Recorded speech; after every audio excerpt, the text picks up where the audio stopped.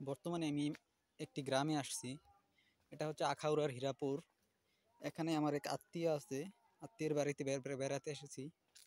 চলে যাবো আজই। কিন্তু এই গ্রামের প্রাকৃতিক পরিবেশ দেখে আমি মুগ্ধ। চারদিকে শুধু ধান ক্ষেত আর ধান ক্ষেত, যেদিকেই তাকাবেন না কেন ধান ক্ষেত আর ধান ক্ষেত। সাথেই পুকুর, সম্ভবত পুকুরে মাছ আছে, দেখা যাচ্ছে না।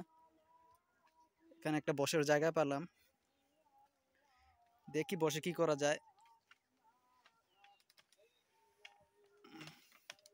মাচাটা মনে মনে হচ্ছে ভালোই।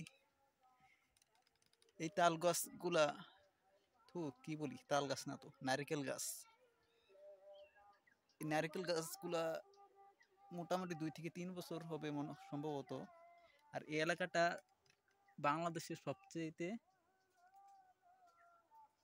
দুর্গম এলাকার মধ্যে অন্যতম।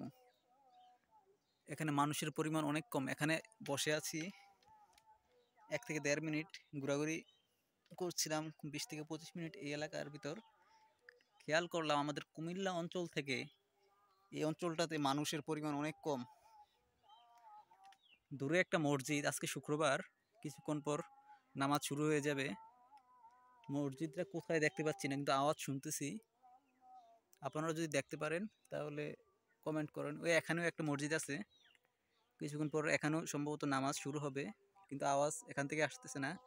আওয়াজটা আসতেছে এদিক থেকে, বুঝতে পারছি না এখানে কোন দিকে। দুপুর হয়ে গিয়েছে, বর্তমানে বাজে